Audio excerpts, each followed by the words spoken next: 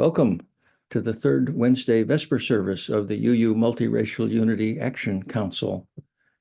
Our long name UUMUAC, which should be pronounced UMUAC, we pronounce UMIAC. Tonight, Reverend Jack Reich is doing, oh, sorry, Jack, it's not December 20th, 20. I forgot to change the date on this slide, Jack, I apologize.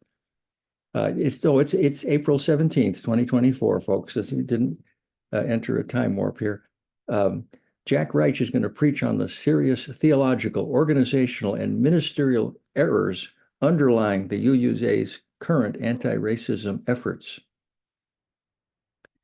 It is the mission of our organization to carry out and foster anti-racist and multiracial unity activities, both within and outside the Unitarian Universalist Association, through education, bearing witness, and other actions, and expansion of our membership, both within and outside the walls of our congregations. We also seek to defend our UU principles against those who seek to undermine them. We do that because our position is that to fight racism, the effective thing to do is to live those 7 principles while keeping an eye on the playbook of Dr. MLK. We envision our congregations, denomination, and society as not being colorblind, but color appreciative, as judging and treating members of the world's rank and file by the content of their character, not the color of their skin or their cultural heritage, and as treasuring diversity in the context of the beloved community. We call this vision multiracial Unitarian Universalism. This is the prize, this is the mountaintop, this is the goal, the unity of the light and dark-skinned people of the world. And I give you the Reverend Jack Reich.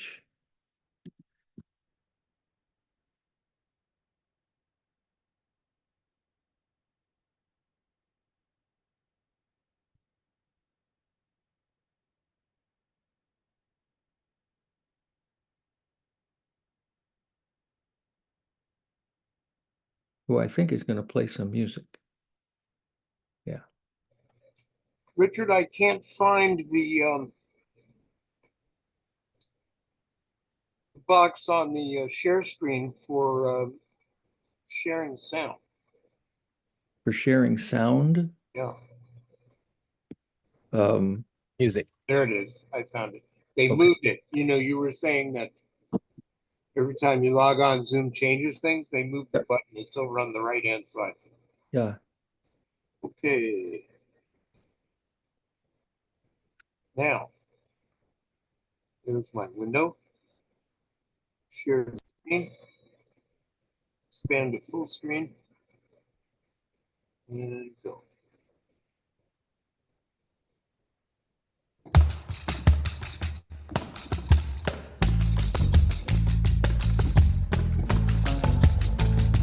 Let our hearts not be hardened to those living on the margins. There is room at the table for everyone. This is where it all begins. This is how we gather in. There is room at the table for everyone.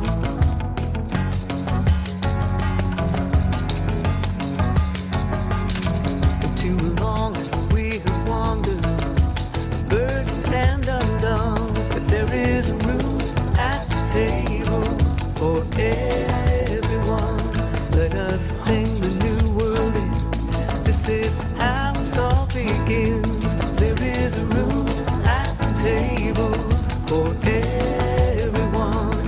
There is room for us all, and no gift is too small. There is room at the table for everyone. There is enough if we share. Come on, pull up a chair. There is room at the table for everyone.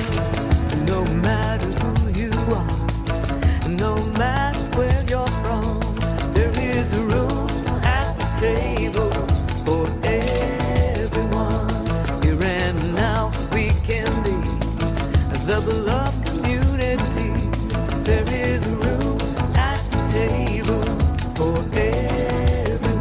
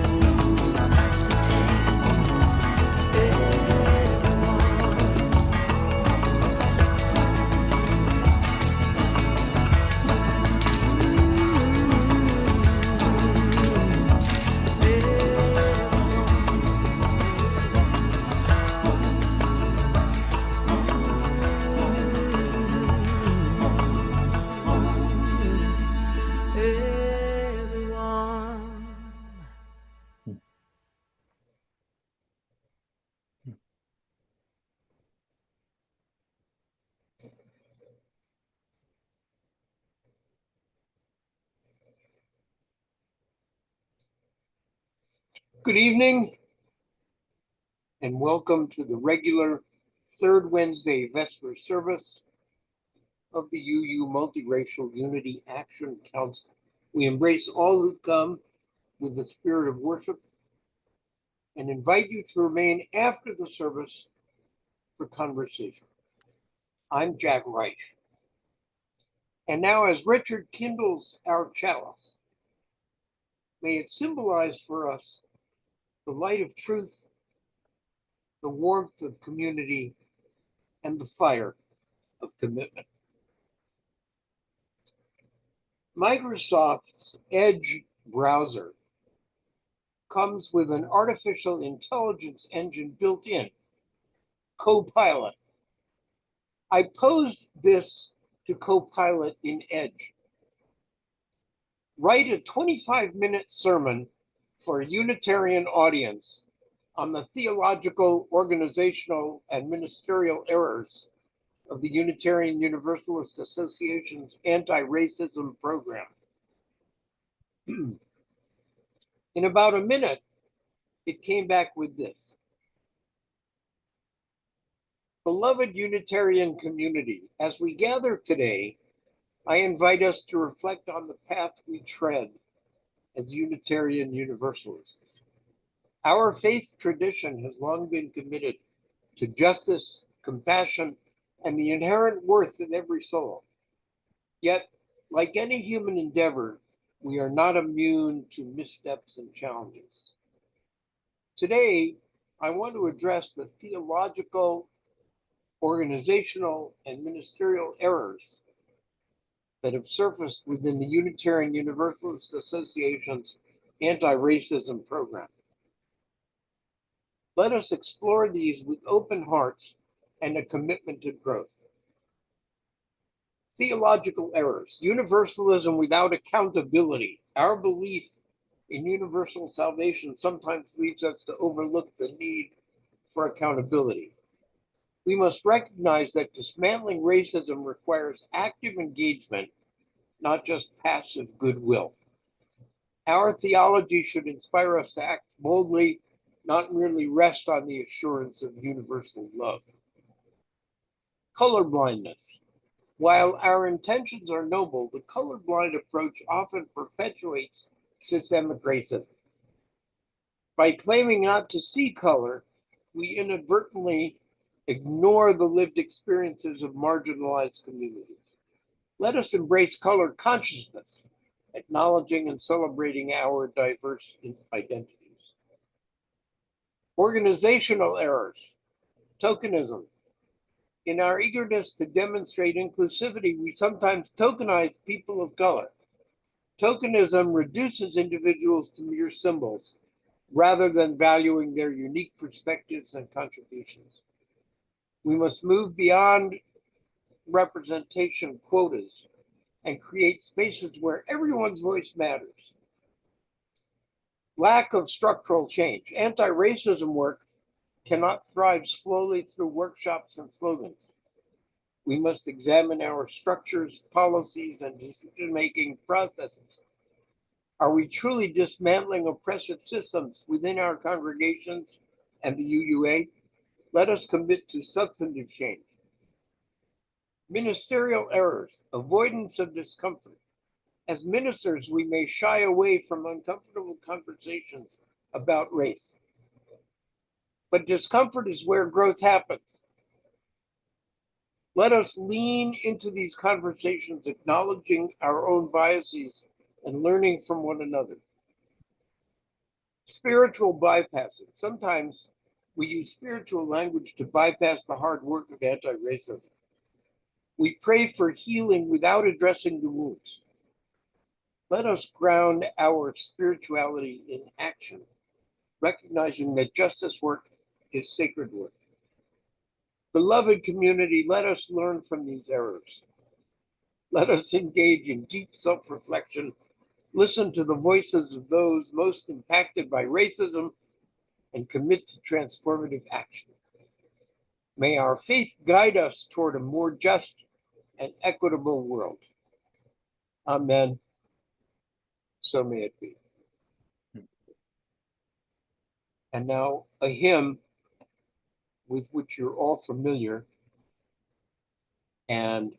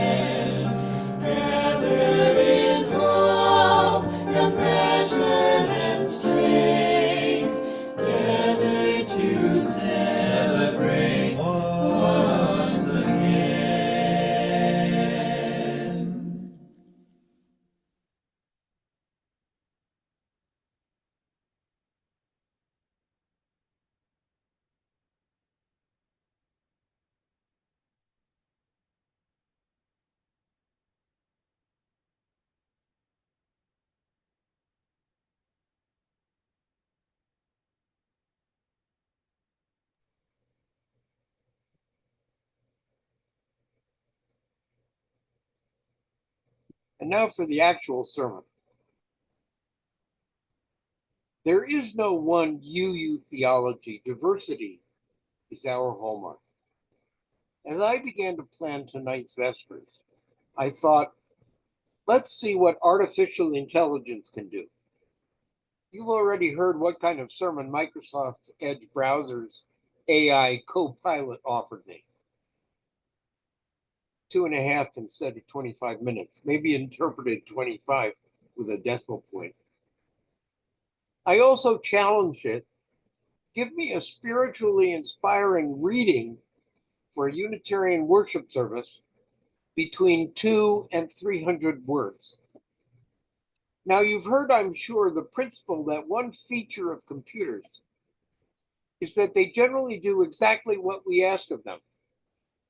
So Copilot thought for a few moments and then offered this. Love everyone. So I got my 2 words. Love everyone. That could almost do for a general UU theology, except that to infer a theology from the behavior of the people now in charge at the UUA, it could hardly be love everyone.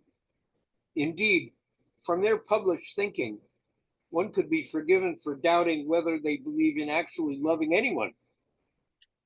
But these observations bypass the main point, which is there is no such thing as a Unitarian Universalist theology. Rather, there are many. And that's one of the attractions UU has for many of us. You can pick and choose among theologies, even create your own. Don't we indeed offer workshops in that? We don't grant anyone the right to tell us that our theology must be explicitly anti-racist or pro-transgender or anti-war or liberatory at all. The emphasis on a liberatory system is a fad. Indeed, this whole emphasis on liberatory theology that's currently coming out of our seminaries and denominational offices is, in my humble opinion, just another fad.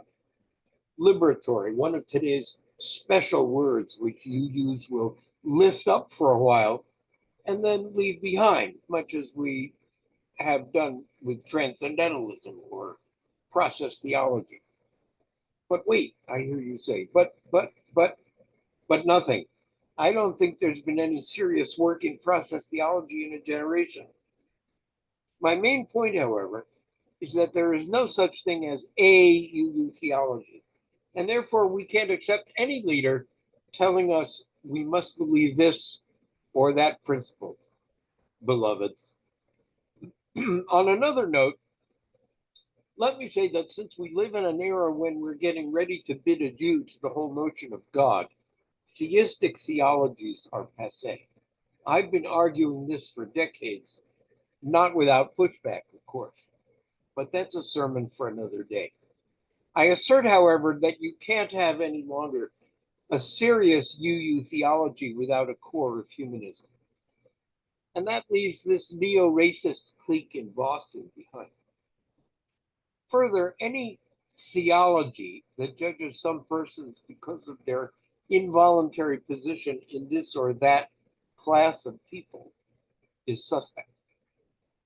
This is almost exactly what the clique in charge has been proclaiming loudly and often, and I think they are hoisted by their own petard. If it's wrong to ignore the racist waters in which we all swim, it's equally wrong to abjure people because they honor reason and freedom and tolerance. By the way, just when did these bedrock UU principles go out of fashion? Now, turning to organizational errors, there is absolutely no warrant for abandoning our cherished tradition of congregational polity. Just because you want UUism to become a super social action club doesn't give you any right to engineer a head office takeover of our congregation's long-standing independence, their right to decide for themselves whom they will be. Oh, you can do it, baby, but that doesn't make it right any more than a Trump victory in the pro-slavery electoral college made him a real president. The current modus operandum of the UUA is alienating members, that is individual UUs, splitting congregations, and diminishing our strength, numerical and moral. Adopting an angry and scolding posture is hardly a commendable theory of leadership. If the proof of the pudding is in the eating, I suggest to you that famine looms in Boston as well as in Sudan and Gaza. Hectoring, blaming, shaming, judging, punishing, shunning, expelling, these are not known to be successful growth strategies. Our president, the estimable Monsieur Trudeau, has pointed out that we now have fewer adult members than at the time of the merger 63 years ago. And it's not because we have failed to hang on to the hordes of people of color, who have been storming our gates, is it? In her now infamous online video, former vice moderator Leslie McFadden advised a longtime UU blogger that if he thinks he's going to be comfortable in his church from now on, he's sorely mistaken. I guess so. He quit. May I humbly suggest that threatening white people or any other group that they are not going to be comfortable at church anymore cannot be acceptable, not as religious praxis, nor as organizational wisdom. And finally, some ministerial errors. The essence of ministry is not practicing effective social action or a social justice agenda. It is not rejecting the fruits of the Enlightenment because they were embraced by white people. It is not rushing to get your congregation to flaunt a Black Lives Matter banner because that has become the latest anti-racist fad. For shame, you use. Whatever happened to our conviction that all lives matter? Why don't we have that banner hanging in every sanctuary? And we've heard the horror stories of people persecuted for crimes their accusers can't even name, or tossed out of their congregations for holding dissenting views, including people who frequent our UMAC meetings. For me, it is not the byword that today's ruling clique favors. Love. Love is such a vague and general concept that it can hardly be the basis for a successful ministry. Much more useful, it seems to me, is caring. Are you able and willing to practice caring for and toward every member of your congregation, your community, your religion? If not, what are you doing in that office with that title? Are you a reverend? Why should we revere anyone who cannot set the example for caring? Well, I hope I have improved on Copilot's 2.5-minute try. I think the essence of ministry was best expressed, not by a cleric, nor by a UUA president chosen by 5 people, but by a psychotherapist, the late, great Carl Rogers. He named what is truly the essence of ministry: holding all others in unconditional, positive regard. That is the truest expression of love: unconditional, positive regard. Only practice that, and people of all colors will come flocking back to our churches, where they know they will be welcomed and feel comfortable and be cared for. Amen.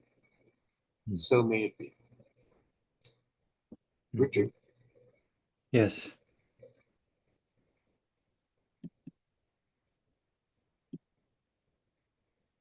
Your pitch.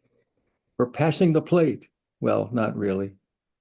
We exist to provide congregations with something the UUA seems no longer able to provide, namely sensible advice and support in fighting racism. We have expenses for things like YouTube and Zoom and so on. And if you can see your way to becoming a member and coughing up $30 every year, that would help us a long way. But otherwise, everything we do is free. You should know that. But announcements. I have just one. I know Jack has others. Our next service, the third Wednesday in May, is the 15th. Reverend Craig Morrow, who has spoken with us in the past, is doing a sermon called Champ. Champ is the name of a dog he knew when he was growing up in a very poor community in the American South. Champ. If you have attended any of our services before, you automatically get a link. You will for that. If not, if someone sent you the link for today's service and you want a link for next month's, send an email to that address. And our past services are all online on YouTube. If you go to our website, right on the homepage, if you scroll down, soon you'll come to a link labeled Third Wednesday Services. And if you click there, you'll get our YouTube channel. Jack, you have other announcements, I think. Yes, thank you. Friday, May 3rd, is our monthly board meeting, 2 p.m. Central Time, open to all. And don't forget the NAWA third Saturday worship service, April 20, this Saturday at noon Central Time. And the NAWA Minister Support Group next Thursday, the 25th of April, which is a key date because it's only 8 months till Christmas. Also at noon. See naunitarians.org for details. And happy Pesach to those who celebrate Passover. Seder is this coming Tuesday night. Are there any more announcements? Our service is ending. As Richard extinguishes the chalice, symbol of our faith, we recall the words of the late Reverend Elizabeth Selly Jones. Now we extinguish our chalice, but not the light of truth, the warmth of community, or the fire of commitment. These we carry in our hearts until we are together again. And now, after the closing hymn, the floor is open for conversation. Please use the raise hand button at the bottom of your Zoom screen if you want to be called on. Find it under More. We'll keep recording, so if you don't want to be recorded, don't speak.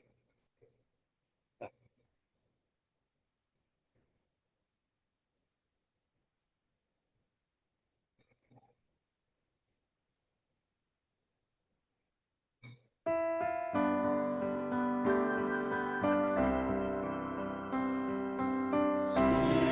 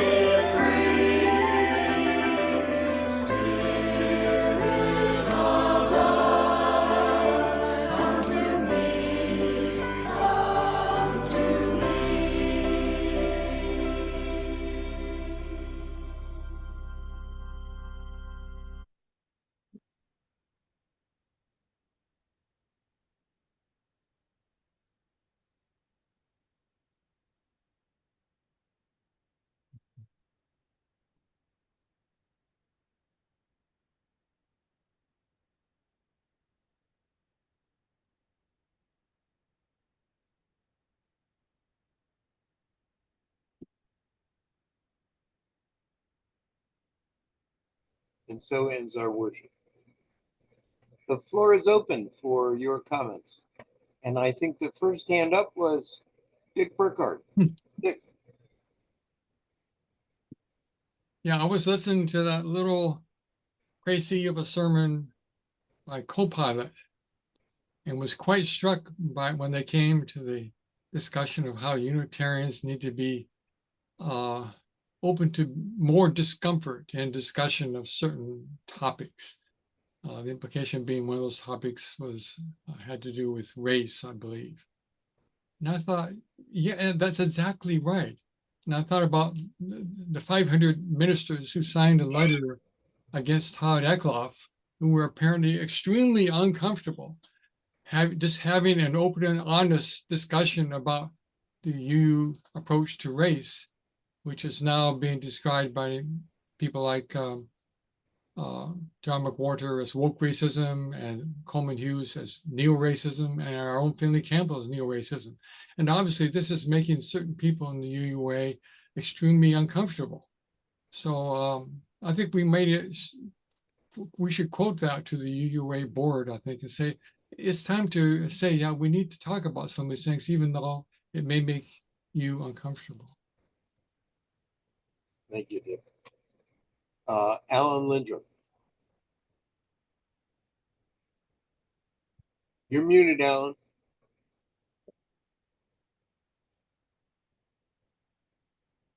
Alan, you're muted. Okay. It was I was clicking it several times. I wasn't unmuting for a while there. Yeah. So this is some rather comments made for levity. So some quotes that are kind of inspired by the opening music that he put in. When you have more than you need, build a longer table, not a higher fence. And then here's another one: when you're not on the, and that's unknown who said that first, they don't know. If you're not at the table, then you are on the menu. And that's been attributed to several people, including a former senator, but it's been adopted as a motto by a labor union here in Chicago. And then the last one is very famous: if they don't give you a seat at the table, bring a folding chair. And that's Shirley Chisholm. So I thought it was kind of funny because the table theme. And the weird thing is I was at a totally unrelated meeting for something else. It was a housing ordinance they're trying to get through City Hall here in Chicago. And they were using the table metaphor. And two of these quotes came up in the conversation of that meeting. And it was yesterday. So I guess there's something about the table metaphor that's floating in the air this week. Before I call on Steve, I noticed that Craig Morrow has put a note in the chat about his sermon next month. So you may want to take a look at that. Steve Sullivan. Hi, thank you for calling on me. I appreciated the thoughtful talk and also the music by Carrie Newcomer. I used to live in the Midwest and I got to see her perform like 3 times. She never made it big, but I'm a big fan of hers still. So I did have one concern, Jack, about what you said in your talk, and it involves the Black Lives Matter movement. It's a movement about which I have mixed feelings these days. I was much more sympathetic back in 2014 when they were just getting going. I think when you say they should be using the phrase "all lives matter," I think you're misunderstanding what Black Lives Matter means. Okay, it was never that only Black Lives Matter. It was always that Black Lives Matter also, because the perception was, and I think you know this, that given all the police violence against Black people, especially Black men, it was as if Black lives didn't matter. So now we have this movement that said, Black lives do matter, we matter too, but it was never that only Black lives matter. So when people respond, oh, all lives matter, it misses the point of the movement, or at least the original point of the movement.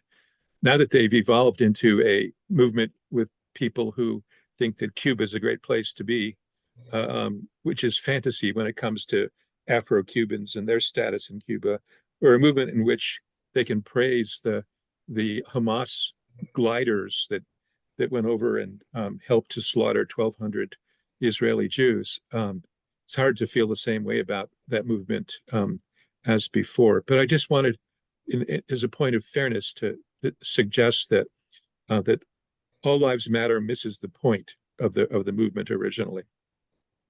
Mhm. Thank you, Steve. Let's see. Who else has their hand up? I don't see anybody.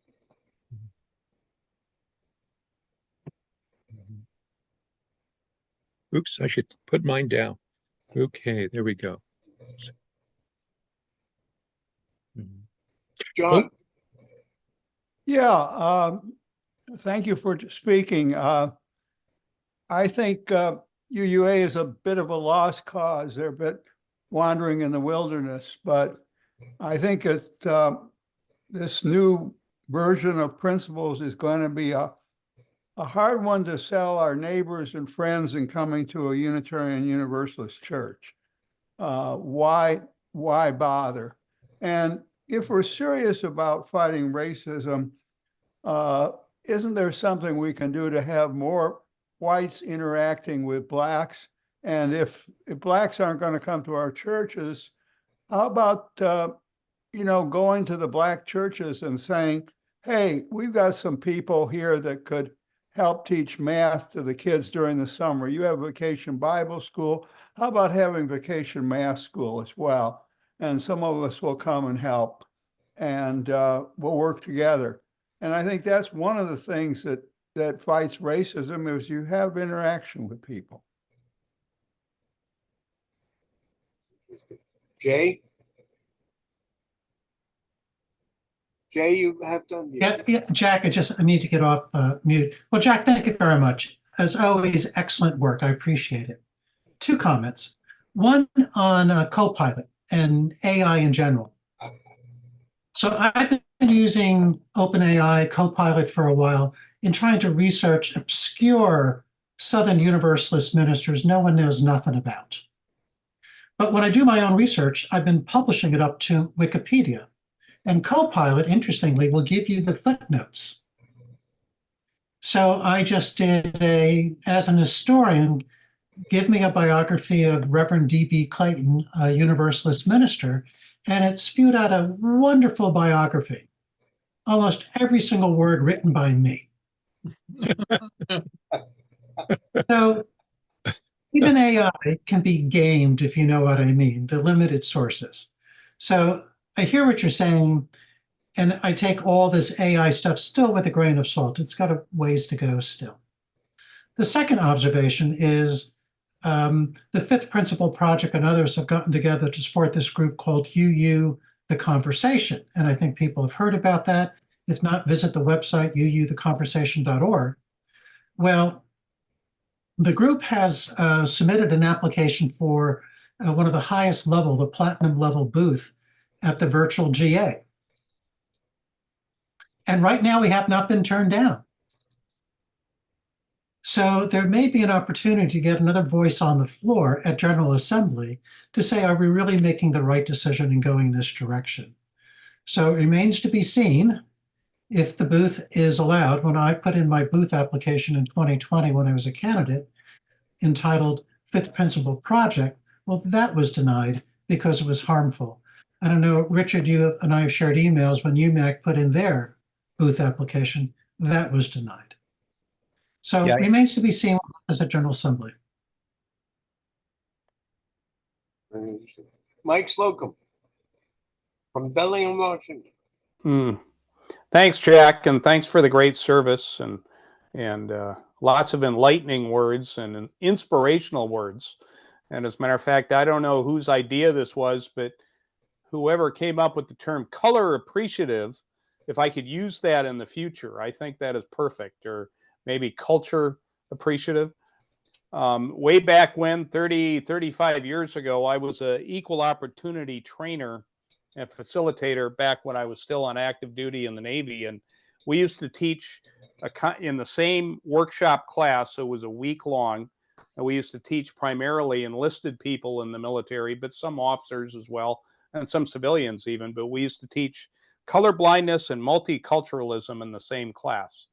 And when you hear color blindness, you say, oh, that's great. And especially, and people like me would say that as a white, a straight white male. And then you hear multiculturalism, and back in the 80s, that kind of, oh boy, here we go.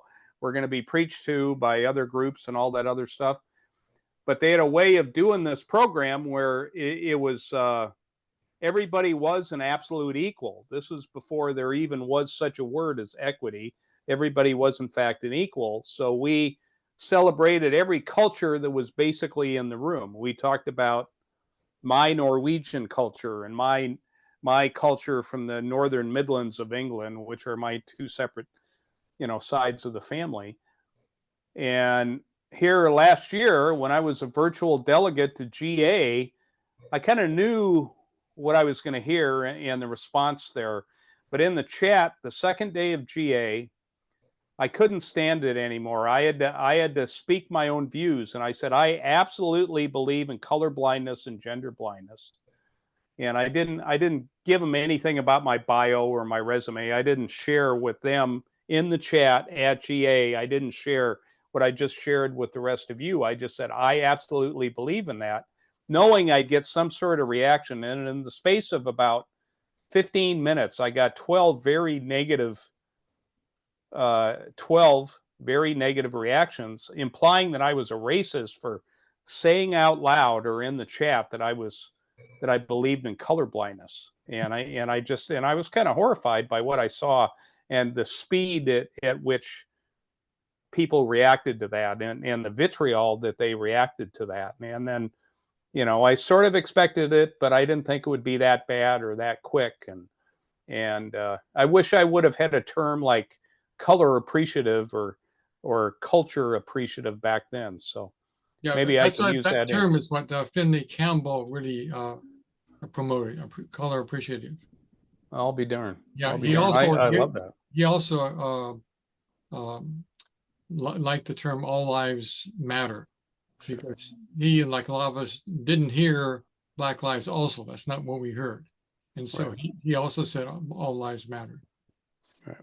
Anyway, Patricia Moore. Hello, thank you, Jack. I missed the first part because I was out trying to find my dog. Oh, but I saw the AI part. Thank you.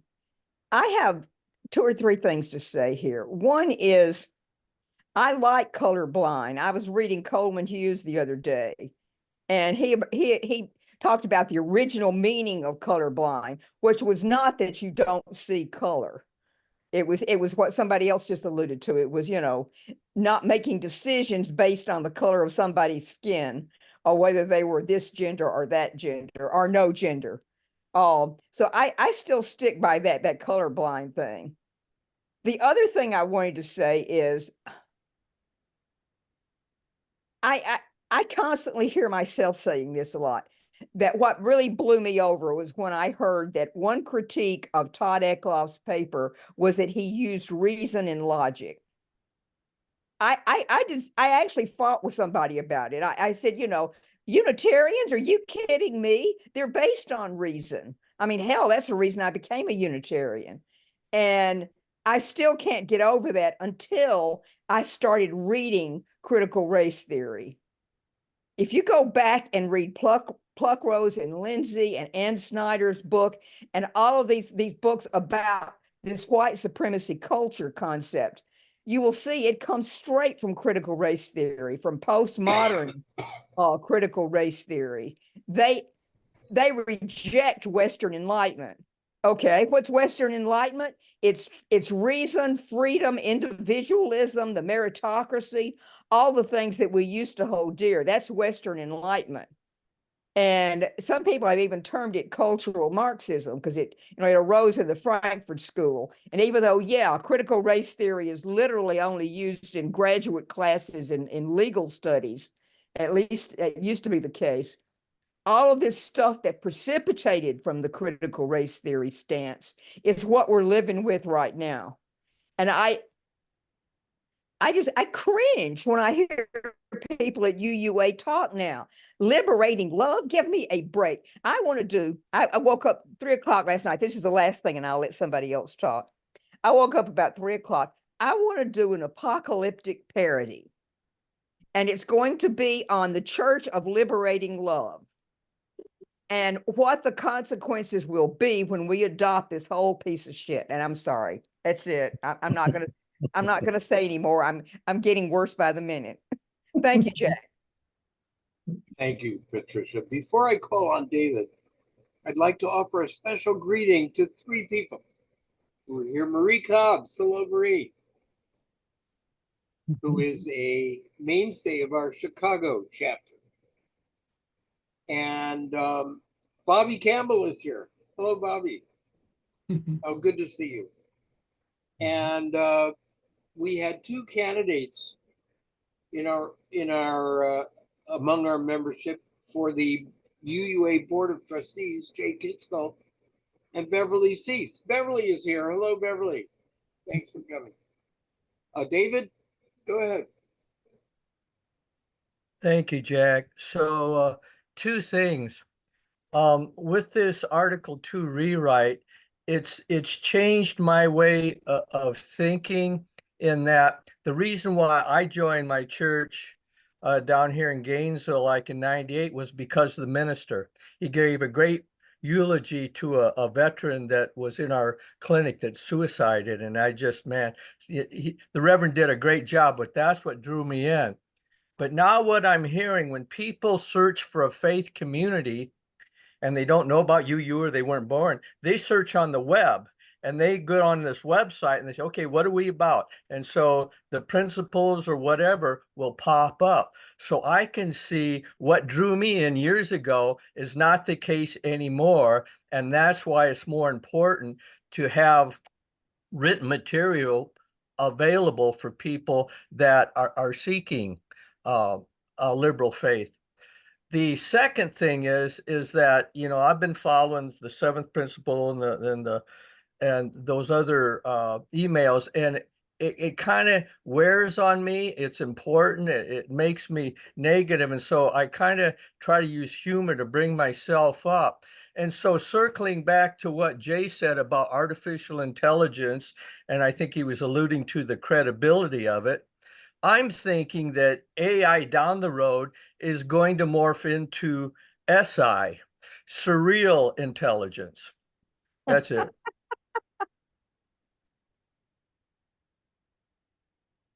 David, forgive me, but I've already put in my trademark on surreal intelligence.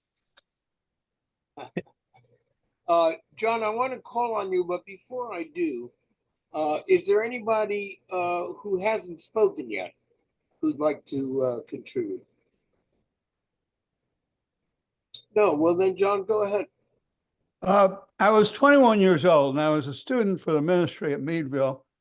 And 2 of the other students and one one-year guy from Japan drove from Chicago to Boston for the beginning UUA General Assembly. It was the one that elected Dana Greeley, the first president, to his first term. And we're coming into the foggy suburbs on the west of Boston. And David Bumble, and Bumble's still around, he'd probably deny this if he were told it, but I recall him saying, and I was really excited about this merger. I recall David saying, where there's decay, there's merger. And where there's energy, there's schism. You guys take this as a sign that your efforts are indicating energy, and take that away from you. I was really dismayed when David said it because I was so high. And I thought, who brought you to the party? But I realized he was the only one who had a car that held 4 people, and we were riding in David's car. So I couldn't really say that. But where there's decay, there's merger. Where there's energy, there's schism. So you guys are proof that there's energy. Thank you for that wisdom, John. Richard? What? Your icon lit up. Did you want to say something? No, I was just chuckling.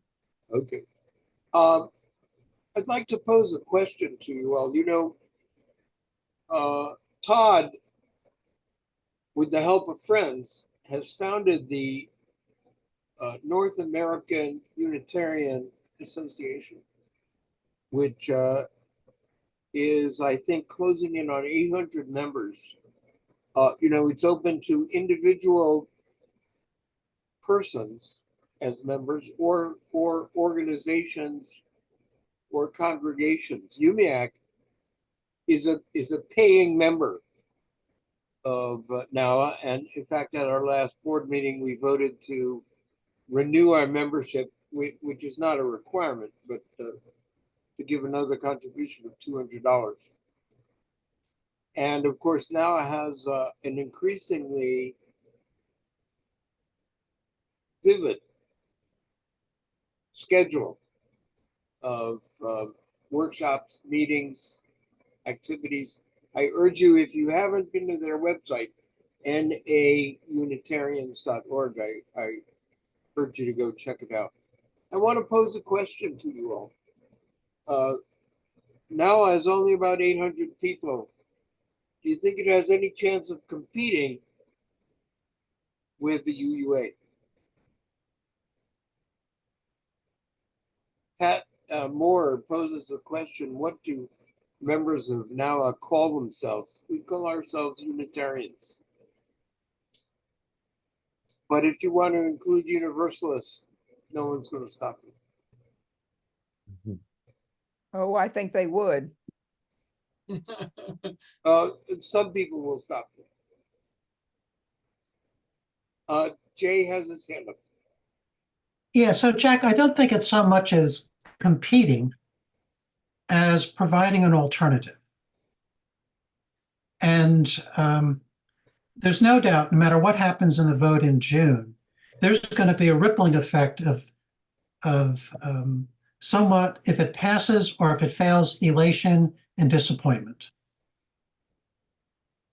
And I'm grateful that Todd and others, and I was among those who work on it, I still support them technically on website work, is to have at least a place where folks can go and say, I still have a central place to hang my hat, which I think has the true meaning of you have a individual right for your search for truth and meaning.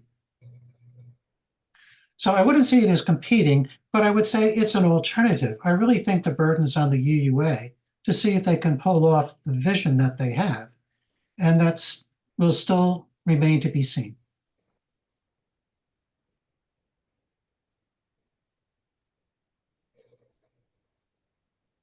Ken? Both a comment and a question. I think that having a place to go is important, and the number of people who are there is inconsequential. And the question I have is, do I understand that that NAUA is going to have an organizational meeting of some sort in October? Did I hear that?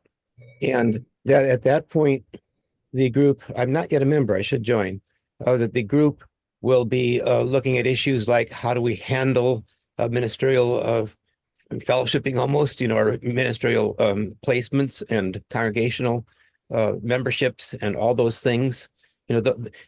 I have a feeling that when the organization has defined how it will do all those things the denominations do, they're just a matter of necessity, for the groceries for the table, it'll take off more. But whether it takes off more or not is still inconsequential. It's a place that has meaning, a place that people need. Yes. Maureen? Yes, thank you. I agree with both of them that I don't think the NAUA should be in competition with the UUA. That kind of distracts our attention and our energies from what we want to do. But it is a major source for me. Yeah, I cannot attend my church here in Corvallis, Oregon, because they're very UUA oriented. And I think what the NAUA does is it gives those of us who are looking for that kind of, I call it spiritual home, to help me be the best of who I can be, a place to go and still interact with people who kind of share values, bring different ideas to discuss, etc. I would think that as it becomes more known, it's going to pull in more people. And I don't see how the UUA cannot help but notice. And many people who are sitting right now, really good people in my congregation here, who have not spoken up at all about these issues. The ones who've been really dissatisfied have walked out, but they haven't challenged anyone or tried to really bring it in debate. And those that have been kind of battered, bully battered and threatened to go out. But I think if more people become aware as the NAUA continues in existence and we kind of spread the word, that people are going to start waking up. And I do not mean that in a woke sense, but they're going to start becoming more aware and realize that there is somewhere they can go and speak. And just that momentum, I think, will put the UUA on notice to say what is really going on, where might we need to reevaluate ourselves. That's my hope anyway. But if they don't, at least we'll have somewhere else to go. Well, that's it for me. Thank you. Thank you. Alan? Yeah, I just kind of wanted to comment on the remark that Ken made, just to clarify that for the North American Unitarian Association, when an organization, whether it be a fellowship or in the case of our organization, the UU Multiracial Unity Action Council, becomes a member of that, they request the information on all of the members of that organization so they can add them to their roles and start communicating with them by email and so forth, inviting them to things.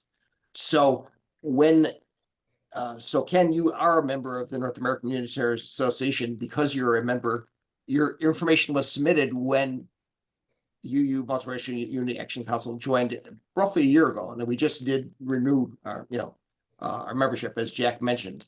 Now there will be a process that has not been organizationally finalized with the NAUA, where periodically they will ask organizations to give for the last year, who has joined and who has dropped their membership in the member organization, so that they can adjust their roles accordingly. So I will be the one responsible for providing changes of that nature. So just wanted to clarify that for you. Which is not to say that you can't go and make a contribution, and whatever. That would be certainly welcome. Just want to provide that clarification. Appreciate that. Richard? If anyone is uncomfortable being recorded, but you want to speak to the group, just say you don't want to be recorded and we'll pause the recording.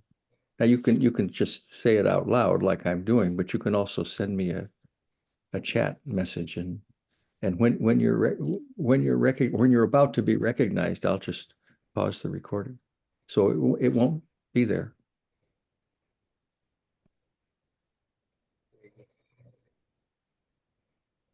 Well, let me apprise you all of one organizational detail.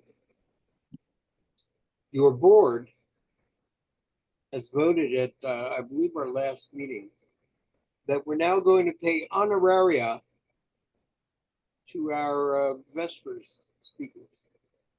Unless they're members of our organization. Unless of our board. Of our board. So if you know anybody who could use an extra $250 and is a good speaker, why, be sure to let them know. Pat has her hand up. Yeah. Oh, this is about the NAUA again. I know we say that it's an alternative, right now, but the things that my congregation looked to UU for is, at least at one point they did, no longer, a minister, RE, a director of religious education, and the curricula that went along with it. Those are the main reasons.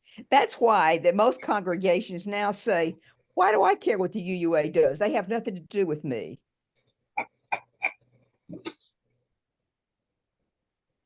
And UUA has been really busy the last 3 years spreading the idea that congregational politics was just a myth anyway.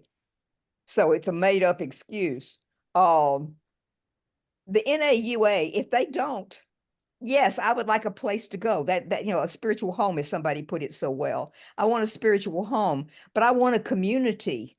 So my hopes for NAUA are that they will eventually do that they will help with ministerial supply and with RE directors, and that community, a face-to-face community will, it'll take time. This is time here, I know, but that will eventually be where they're going, because I'll be hunting for another church community. I live in a deep red state. I would go crazy in Columbia, South Carolina, if it weren't for UU. And so I'm either going to move or I'm going to find something. So I have high hopes for NAUA. Mike?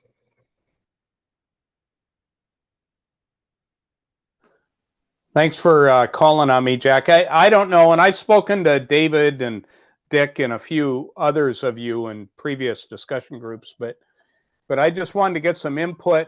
I've had some heavy duty frustration with trying to impress on my congregation, the 38, 40, 42 or so people in my congregation, as to what I saw and heard at GA last year and how horrifying it was, and how they need to consider standing up and voting and keeping the 7 principles for ourselves and in our little free church up in Blaine, Washington, irregardless of what they decide this June back in Boston. And I says, because they're going to come after you.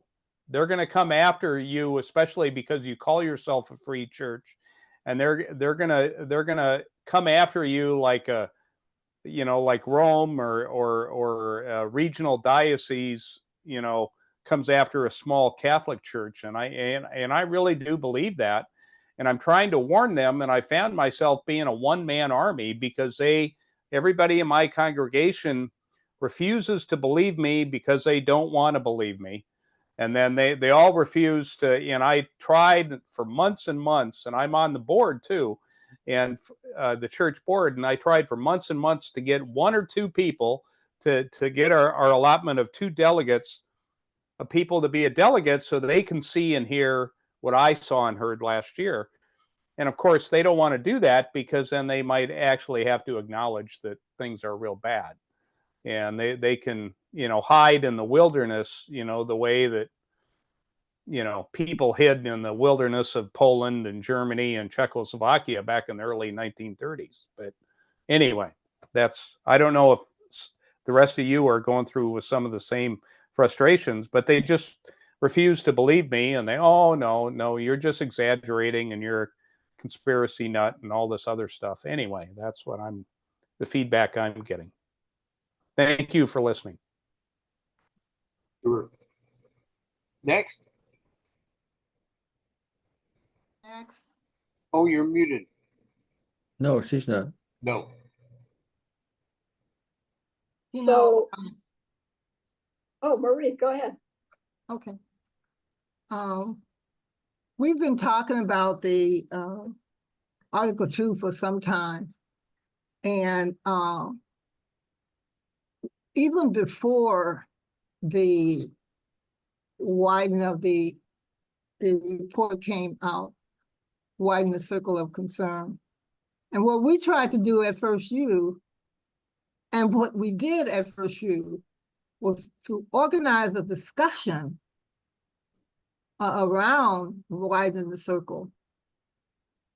And unfortunately, we didn't have a number of people to come. But it appears to me that a number of congregations seems to have the attitude that they will continue to be, that they don't have to go along with what the UUA is talking about. I mean, I have been hearing that for the last couple of years. And regardless of the fact that what the UUA really intends to do is laid out a lot and widen the circle of concern. So, and I have talked to people, some people who have read it and don't see anything about, I mean, they're not bothered with accountability. They're not bothered with the covenant. And those are some of the things that, I still don't understand. And to continue to hear that people still think they have autonomy, that they'll be able to do whatever they want in their congregation is just surprising to me.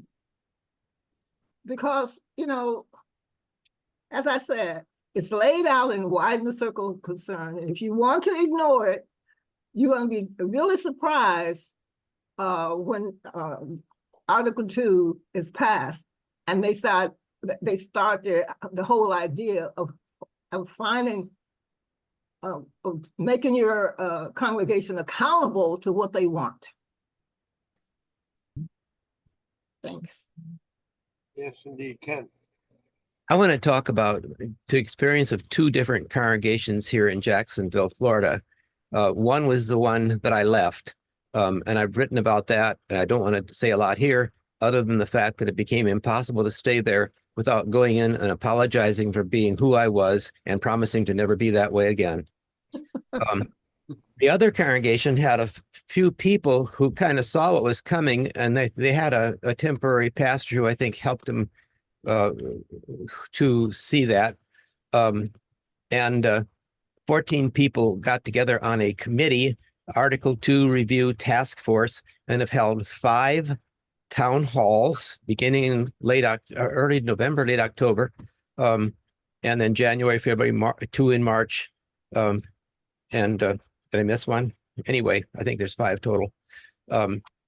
The first town hall was about, let's see, 45 people attended in person, and the church has a sort of a satellite about 30 miles away where people sit in a room and watch Zoom, and there were about 20 people on Zoom, and they put around the walls of the church, the walls of the sanctuary, a bunch of newsprint things, and they asked people, I think it was 3 questions, doing this from memory. The first one was, why are you? What made you want to be you? And people milled around all over that sanctuary and wrote a lot about the principles. The principles were the big thing. And then what's most important and so forth. But it was a milling around for an hour and a quarter maybe of people, and I don't remember all 3 questions, but talking about why they were there, what they wanted, before getting into any of the weeds of what was coming down the pipe. The next one talked about democracy, how it had been lost, and talked about the Commission on Institutional Change. And meanwhile, several papers were sent out, and I could share those if people wanted them. Then the next one talked about changes in polity that were proposed in the Commission on Institutional Change things, and that were suggested in the Article 2 reviews, the Article 2 changes. They're not there yet. They'll be there with Article 3. Then there was another one, which was basically on 2 approaches to anti-racism, which I presented. This Sunday, there's going to be a congregational vote. People are all getting together for it now. And the vote is going to determine basically what to tell the delegates to vote. And I've heard no organized group that wants what the UUA is offering in this congregation. It's very, it might be unusual. But I I'm looking forward to the vote on Sunday, and I'm pretty sure it's going to be pretty solidly, very strongly vote no on the Article 2 changes. Alan, if you don't mind, I want to call on Margaret, who I don't think has had a chance to speak yet. That's fine. Margaret Stewart, you have to unmute. Unmute. Yes, the techno died. Yes, I just would like to say, in responding to Pat's sadness about leaving a congregation that it's a community that's really, the community aspect is a hugely important thing. And I am participating in the NAUA now, and actually I'm part of the membership team, which is small and, doing what we can. But I just would like to let everyone know that everybody's very aware that it is a new organization, and it isn't just another church because the congregation is so spread out. We are together because of electronic communications. But also, I also want to say that there are several small fellowships. There are small, actual community groups that are meeting on a regular basis. And it is our hope, of course, that as people become more enthusiastic and share the news about this other possibility, that we can create more fellowships that will grow and turn into congregations. We don't know, and we currently have some conversation circles that we're offering that people can just come. We're now meeting every 2 weeks, just with a group of maybe about 10 people to talk together, just get acquainted.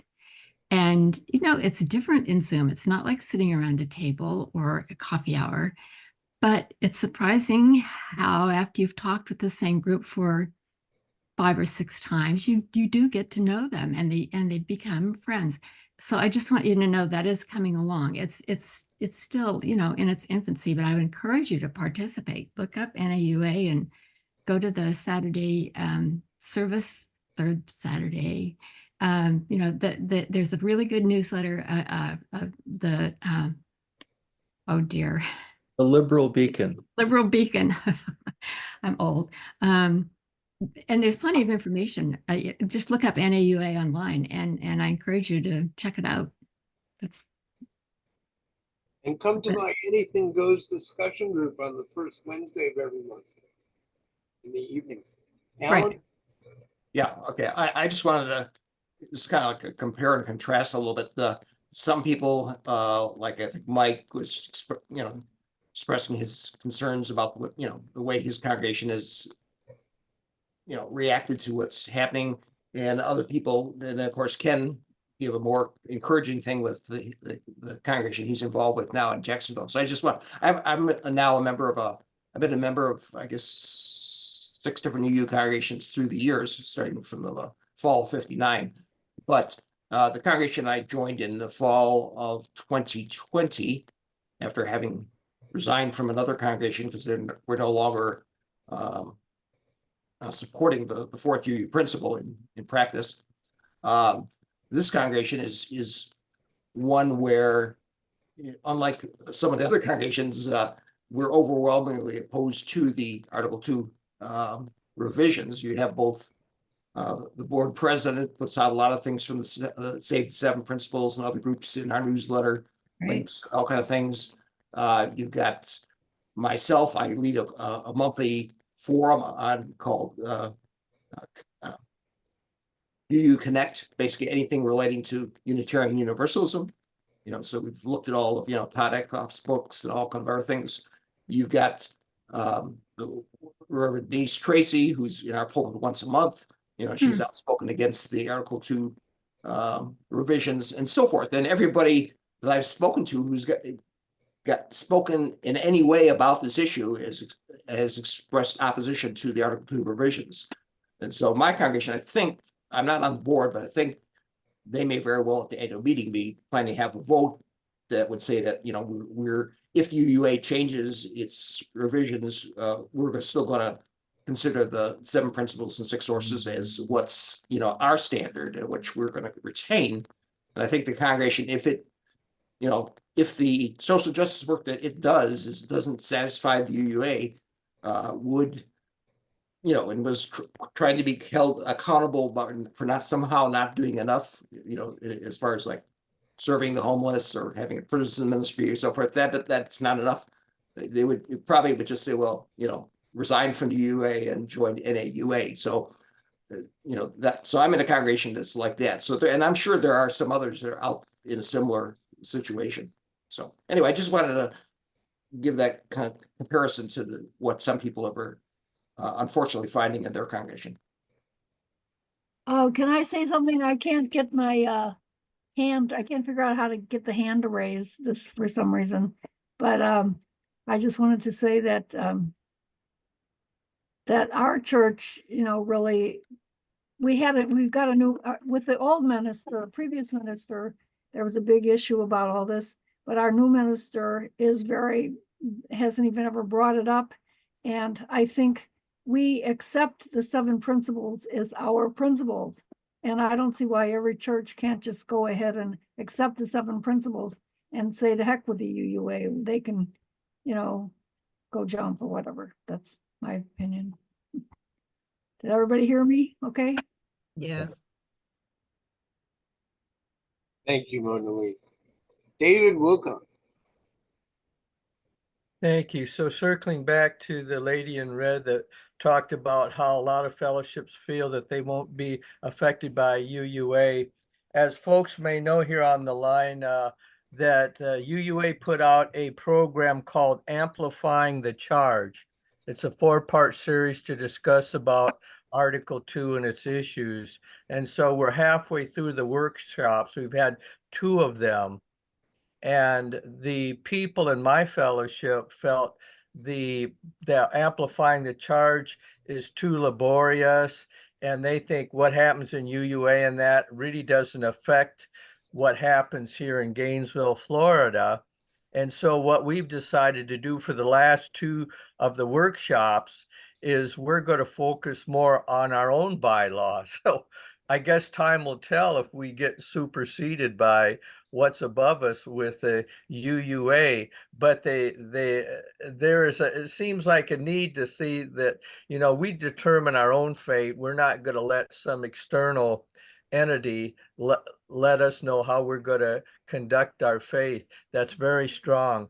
The other thing that I'm suggesting, and I think the people in my fellowship like the idea that when GA starts, we're going to have that live streamed into our fellowship onto our fellowship grounds, and people can come in on a drop-in basis and watch it, particularly the business sessions where they discuss, you know, the Article 2 and that, and people seem to like that. And I think viewing that as a group, we can then do some talking and understanding about what actually is going on in the direction of the UUA leadership.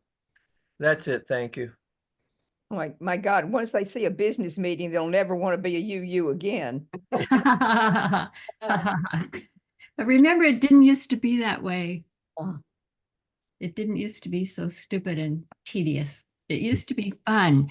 Robert's rules were great, and there was a moderator, and it was completely different, Pat. Just saying. I used to be a GA junkie. Yes, it was different. But those business meetings were always hell. I'm sorry.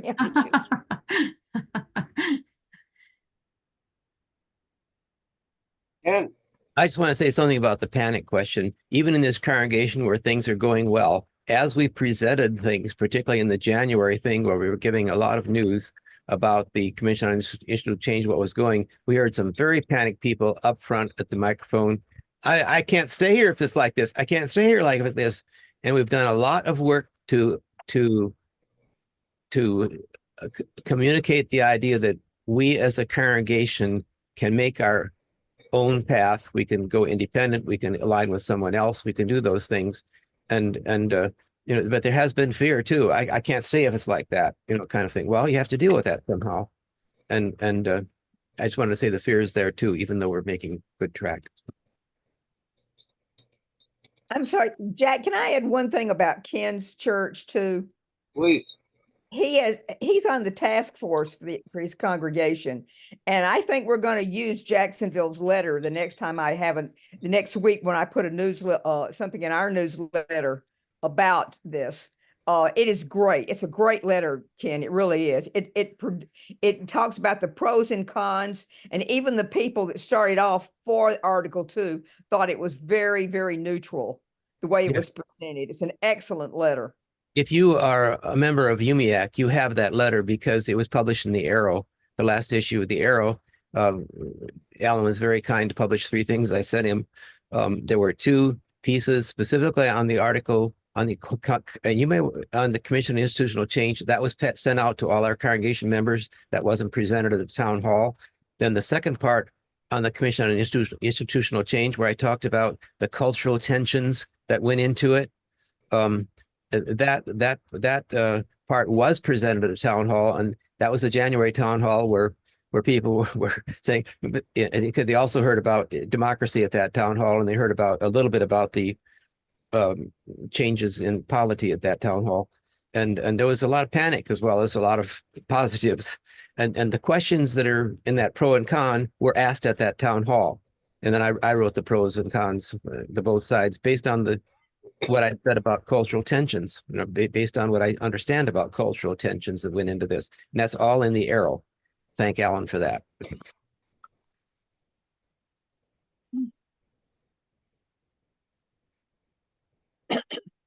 I'm getting tired. No. Well, we generally, John, you want a last word?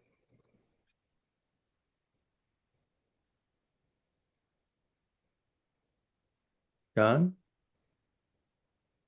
But you need to unmute if you want to share your brilliance with the rest of us. Which Jacksonville are you talking about being the good one? Jacksonville, Florida. UUC, UU Church of Jacksonville. Okay. And the story I wrote about leaving the other church in Jacksonville was in an earlier Arrow.